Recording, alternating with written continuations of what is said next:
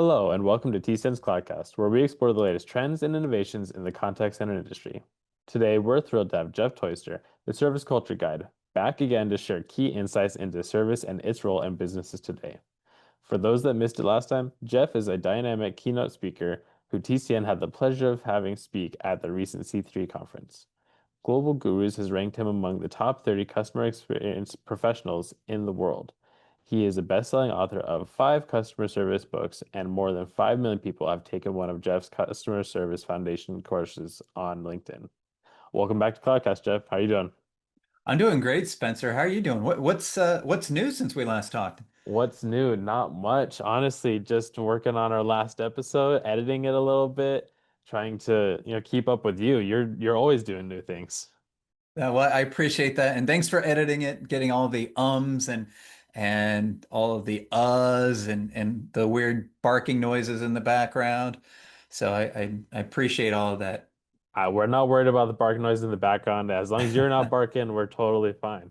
That's true. No, I'm good. Although I did have this is really random. I had two bobcats cruising behind my back wall this morning. Sometimes I see one, that's rare. Two, though, that was a banner day in my neighborhood. Oh man. Yeah, I neighborhood watch. Let them know. That's it. Yeah, my neighbors have a small dog. I was texting them earlier this morning, like, hey, you got two, because they went into my neighbor's backyard and they're just Oh sitting there wow.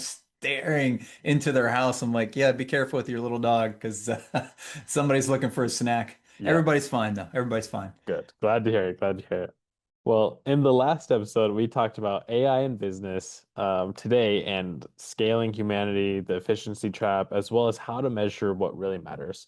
So today, I wanted to pick up where we left off last time and talk to you about the gray area of service. Those situations where there isn't a clear policy, right? Like the kind of logic AI struggles with, and how to empower agents to use judgment instead of just following a workflow. So, if we could just start off with that, like, let's hear your insights on those gray areas. Sure. I love the concept of empowerment because it's often different than what people imagine. I think when people think about empowerment, they think about letting agents do whatever they want. And when you look at customer-focused organizations, that's not really the case. The word empower really means to enable someone. I'm enabling you to provide great service, or I'm enabling you to provide a great experience.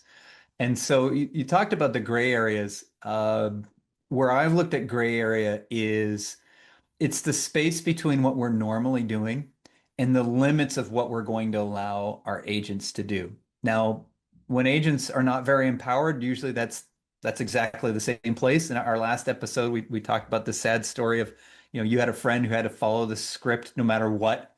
They had to follow it exactly no matter what. That's not empowerment, right? The red line and the normal procedure at exactly the same place.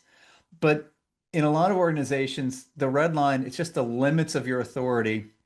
For example, if we're talking about billing, right? Maybe we're sometimes we have to adjust account credits because of a billing error, and a normal procedure is like 25 bucks.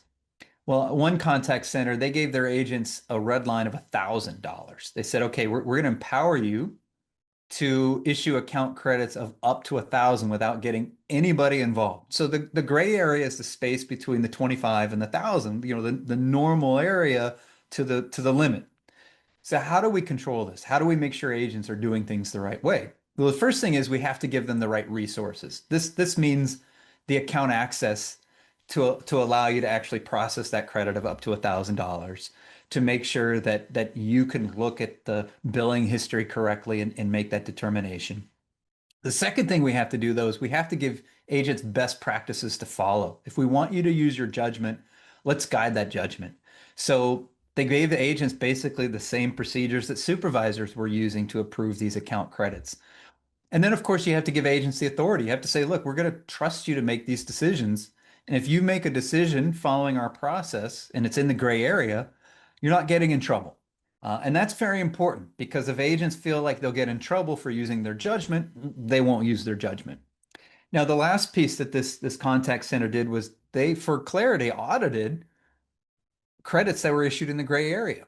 And when they implemented this over a 6 month period, they were surprised to find that zero credits issued in the gray area were out of policy or credits that the supervisor would have done something different.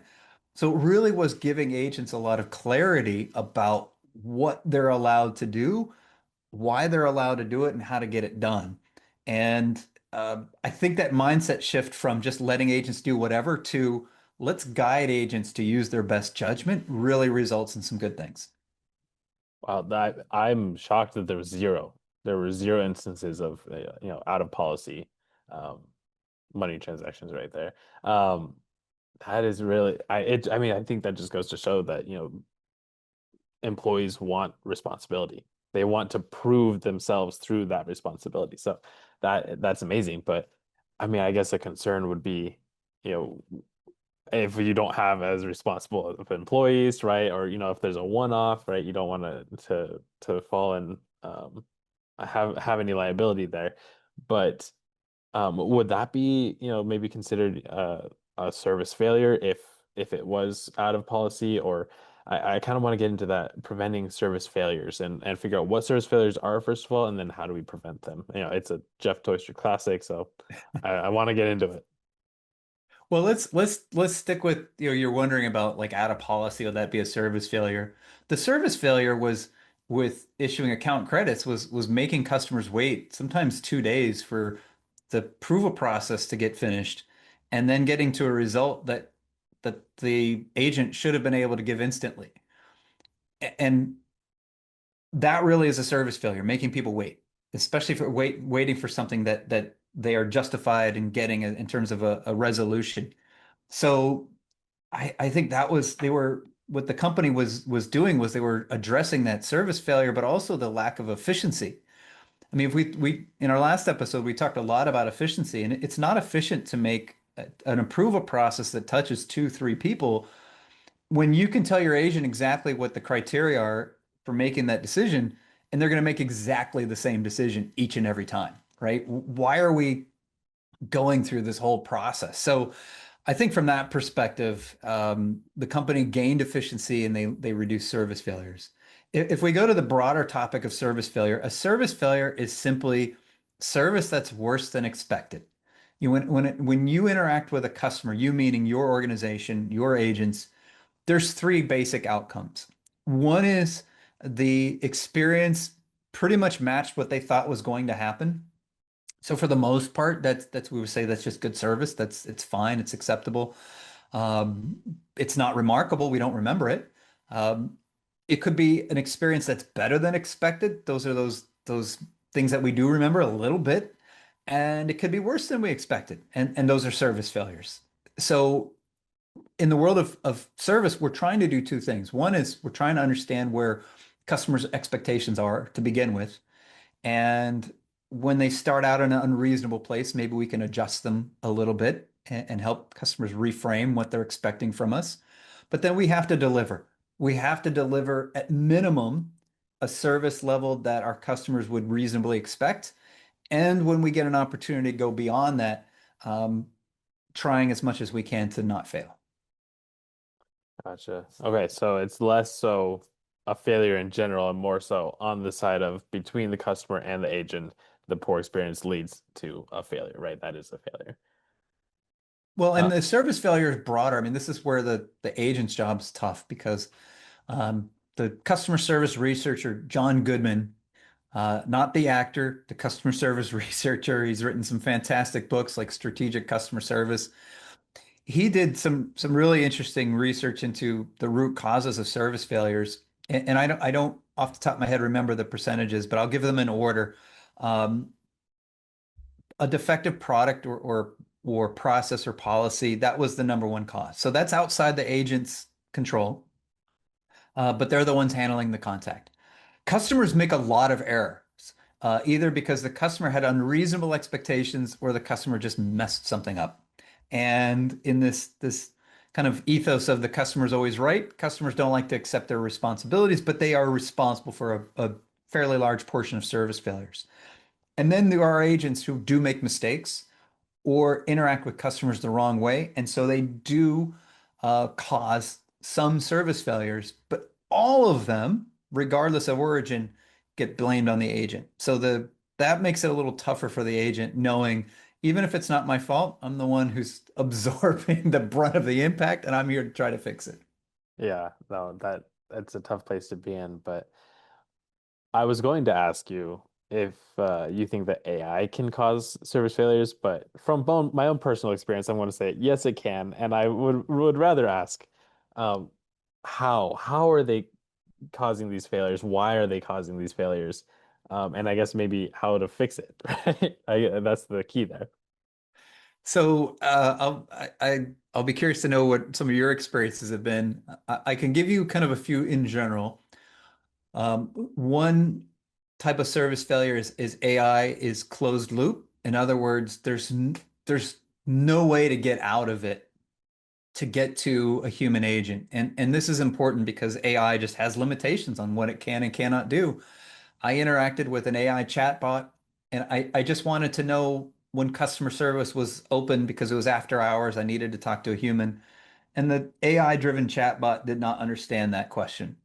That's ridiculous. That's just, yeah, I mean, look, if it doesn't understand that question, I don't know what's going to understand. But that leads us to the second service failure, which is if my knowledge base is inaccurate, incomplete, I have three sources of information that are all conflicting, AI is not going to fix that. It's just going to amplify that. So if AI doesn't know where to draw from to tell me when does customer service open, or what is the policy on this particular issue? AI is going to fail and fail spectacularly. AI is also known for making stuff up. Human agents do the same thing, but AI will amplify the making up of information. So knowledge is a real big problem. I think the third thing is that AI often is dogged in its determination, even when it can't. And that's a programming issue. The best AI implementations, AI recognizes fairly quickly, I can't handle that. Let me escalate to a human. It also recognizes when the human says, I want to speak to a human, and it escalates that automatically. Absent that, often you'll have AI struggling because it can't reconcile that it's unable to solve this issue, but it doesn't know what to do with it. So it just keeps trying to solve it. So those are the general categories of service failures I'm seeing. But I imagine I mean, what have you experienced? Very similar experiences. I think that the biggest ones for me are when it feels like the company has designed or purchased an AI or a system that is specifically designed to not let me talk to a person, right? It feels you have that, you talk about the endless loop, right? And I feel like there's different degrees of the endless loop, right? There's the blatant endless loop where no matter which button you push, there's never a single option to ever talk to a person. No matter what you say, no matter what you push, doesn't matter. It's just constantly cycling you, either ending the call after it says, we can't help you with that, goodbye, right? I hate that. Or it says, okay, here are the options. Click on all the options, and then it just ends up going back to the main menu, right? That's the blatant loop. And then the more subtle loop that's almost more frustrating is there's a million options or there's five options. It doesn't matter. But you get to a point where, okay, it's helped me as much as it can. I've recognized it. It's given me something, but it's not quite finishing my problem. I want to talk to an agent. It says, great. I would love to help you talk to an agent. Please give me a little bit more information about your problem. And then you give a little bit more information. And then it says, hey, we have this helpful resource. Let me connect you to our, a text chatbot, or let me send you an article or the FAQ forms, or, it almost gets me to an agent and then it just pulls it right away from me. And it's so frustrating, right? And if there's just one option ever to talk to an agent, I want to actually work, and it should be there. They should have that option, but that's And my experience. and imagine that you get immediately transferred to that agent, and then AI takes the liberty of informing the agent of why you had contacted the company in the first place and pulling up your account. So when the agent gets on the line, you don't have to start fresh. Yes. It turns out that technology exists like that. I think that's the responsible way to implement AI. And here's this, there's a really strange thing that I think a lot of contact centers don't know about is customers are more likely to try AI and self-service in general if they know a human agent is readily available. It's like tightrope walking with a safety net. Like I'll give it a try if I know I'm not going to get hurt. Yeah. So when we deploy AI that way, we actually get higher rates of users trying self-service because they know I can get to a human anytime. But let me give it a try. Let's see what happens. Hey, there's a 10-minute wait for an agent, but our AI chatbot can try to help you out right now. You won't lose your place in line. All right, I'll give it a try. Yeah. That's that's also a way to get more people to use self-service. I think that's being ignored a little bit. No, it's a fantastic option, honestly. If you're able to save your place in line, get help during, and I would be interested to see the number actually of people that find a resolution through AI while waiting in a call queue. That would be an interesting stat. I don't have it, maybe you do, but I might be looking it up after this, in all honesty. That's very interesting to think about. But while we're talking about, these kind of the failures of AI, you've said that customers still need humans when systems fail, right? I don't know if you're talking specifically about AI fails or just systems in general, but how can organizations better identify, that tipping point where a customer should be moved from an AI interaction to a human one, or, just a general automation system to a human one? So there's three places, and the first two are super easy to design for. First is on request. So a customer says, I want to talk to a human. Don't fight your customer. Connect them with a human immediately. That's super simple. Again, if you make that option available, then you're fighting less with your customers, and it's counterintuitive, but customers are more likely to at least try AI. The second is when AI can't resolve the issue. That's a programming issue. That's something that you need to coach and monitor your AI just like it would an agent. If you have tiered support, you go tier one to tier two. You probably coach and train your tier one agents on when to escalate. It's the same concept with AI. So we're escalating when the issue is just out of bounds and we know it can't handle it. So those two, that's programming. That's really straightforward stuff. The last one is when humans add obvious value. And this is a little bit of human judgment and trial and error, but I'll give you, a real simple example. If I think most healthcare patients are fine with AI telling them, hey, it's time for you to schedule your annual appointment. Hey, here's a reminder about a bill or your explanation of benefits. We're fine with that. We don't want AI saying, hey, your test results came in and you have cancer.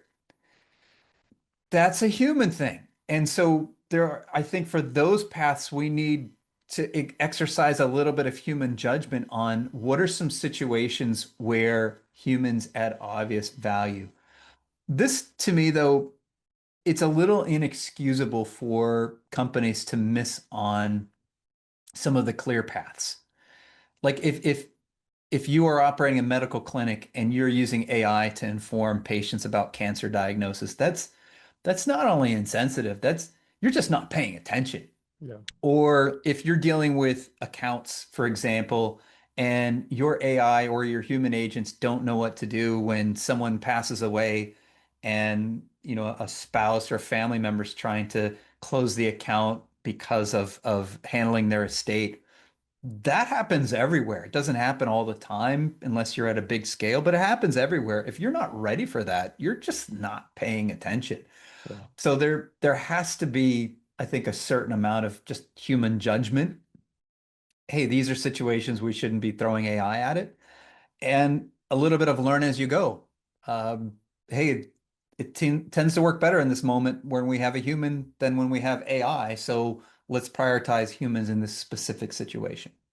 Yeah, I mean, I think that we are at the point where obviously everyone's trying to utilize AI to the best of their ability. And I don't think that we can get away from the human touch, the human aspect of it. And so there needs to be a human in the loop, right? There needs to be a step somewhere along the process where there's a human involved or a human available to be involved. Um, yeah, I don't know if there's a perfect system, a design that you have in mind, but I just think that that is essential for the success and the longevity of businesses moving forward. And you can, I think, just designing with that from day one, yeah, no system's perfect, but that design makes it better. And I remember having a conversation at the TCN user conference at C3. I wish I could remember the company this person was from, so I could give them credit.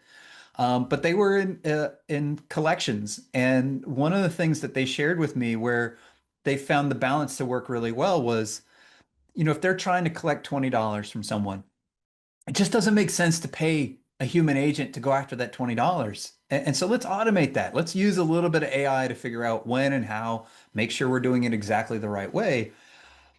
But if I'm trying to collect $10,000 from someone, that's where a human agent is going to be a lot more successful. And frankly, and this person was really clear, her human agents enjoyed that $10,000 a lot more than the $20. They were using their human skills, their human ability. So it's a design issue, but it's also a matter of paying attention to what your agents do best and paying attention to what AI does best and using real data to say, oh, let's figure out how to fine tune our system to continuously make it better. Yeah, no, that's great. If you do think of who said that, let me know. I'd love to talk to him. But talking about those agents, right? Call centers, contact centers, w everybody knows that they have a high turnover rate, right? There are a lot of entry level agents all the time because there's so much turnover. So I want to talk a little bit about the future of the entry level agent before we end today. Um, if AI takes all of the tier one work, the very simple tasks, how do we train the next generation of experts, right? Will there come a time when there are no simple tasks left for these new hires to learn, right? That's how a lot of people get started is okay, we'll give you the basic tasks and then we'll train you on the more complicated ones, right? And like it escalates from there. So are we creating a training gap where they're not going to know how to gain the skills that they need? Or what do you see that the future of that being like? I think that this trend has been happening for a long time. And so, Spencer, let me give you the risk of making myself appear as old as I am. I was in the contact center world back in the days of catalogs where we would physically mail a catalog to someone and they'd see something they'd like and they would call and place an order. And then, I don't know if you've heard of it, there's technology called the internet came around and we didn't need to mail catalogs to people and people didn't need to call to place an order anymore. They could just do it themselves on a website. So, okay, that's been a long time. We know that. Your listeners can't see you laughing about this, but you think about that took away some of the simplest transactions you can imagine. Hey, will you send me a catalog? That was a really easy call. Or I got your catalog. I want to order this one thing. That was a really easy call. Then the calls became, I placed my order. Where is it? Well, guess what? We can track stuff now. You get automated reminders. Your order's out for delivery, and here's the tracking number. So we don't get as many of those calls anymore either. My point is, this has been happening for a long time. AI is just accelerating it, but it's part of the process. And I think that as this happens, the contact center job will continue to get a little bit more complex. But I'm seeing that that's positively impacting turnover, that people are looking at these jobs as jobs that they actually want to have if they're in an environment where they're empowered to actually handle these contacts and create great outcomes for their customers. When they're not empowered, they're forced to read a script. They aren't giving the tools. They don't have access to the right knowledge. Yeah, that job sucks, and they don't want to be a part of it. And turnover is really high. But when you empower agents to do really interesting work, they like it. They want to be there. So I think this is a positive for the future of contact centers if we're ready to keep empowering our agents to do good work. Yeah, no, as you were talking, it just sounded to me like the next step up from those entry level tasks are going to be the new entry level tasks, right? That is, they're just starting off with more complex things, which isn't a bad thing. It's more challenging, but it doesn't sound like it'll be a huge issue. And like you said, we've been doing this for a while now, right? I do you might not believe it. I do remember the catalogs back in the day. I did receive a number of presents from those catalogs for my birthdays growing up, and and some of them were hits and some of them were misses, but we love them, right? It's a great part of our history. So we're just about out of time, but I have one last question. For obviously this is all amazing content, and we love getting this out to our listeners, but I wanted to know for the customer experience leaders listening to this podcast that might have a limited budget, should they spend it on upgrading their AI or on training their agents, and why? So training your agents will always cost a lot less. When you're investing in AI, especially at a small scale, the break-even point is a lot higher, I think, than most contact center leaders might realize. But you can get results today by equipping your agents with new skills. I had a conversation just last week about this. I think we need to reframe what we think about when we think about training our agents. We tend to think of our training our agents as like pulling everybody out of the queue for like a half day or a full day, and this is the conversation I had with a contact center leader. We reframe this to let's give our agents knowledge, skills, or ability to help them do their job better right now. That could be a 5 minute huddle. And this with this contact center leader, we had a conversation around what can you do in 5 minutes to equip your agents to do just a little bit better today. That's training, but it also has an immediate impact on performance. So if I'm going to figure out what to do with a limited budget, I'm going to invest in my people right now, and I'm getting better results today. Perfect. Well, thank you for that, Jeff, and thank you so much for coming here today and talking with us a second time, right? We've had you back multiple times. We had you as a guest speaker, and a phenomenal job every time we hear from you. So thank you for that. For our listeners and for those that were not at our C3 event and maybe missed the last episode, where can they follow you? Where can they hear more from you? I personally follow you on LinkedIn. I love the tips that you share. I love the video clips and everything that you do. So where can we follow you to hear more from you? You can certainly follow me on LinkedIn, Jeff Toister, Toister. You can also subscribe to my customer service tip of the week. One tip via email once per week. It's content you can use to help your team build and sharpen their skills. And every email that you get, you can reply to those emails. It goes right to me. My personal phone number is in every one of those emails. You can find those and subscribe for free at toistersolutions.com/tips. Perfect. That sounds great. And we'll try and link that below in our description as well if that's on. Also, this is not a paid promotion, but phenomenal book. Again, you can't see it in the video right now, but it's in the background there. Human Service, the what is it called again? The tools AI can't replace. The skills AI can't replace. There you go. You were I can't. testing me and I passed. Perfect. I'm so glad you did write it. AI did not write it. I think you That's mentioned true. that at the very first page of the book, I think. And it is a fantastic book. So anyone that's listening should go and read it and really follow Jeff and his amazing pages and get his content. So with that, I think we'll sign off and thank you so much for your time, Jeff. And hopefully we can have a conversation again. And I hope to see you, speak at another event. It's my pleasure, Spencer. Thank you.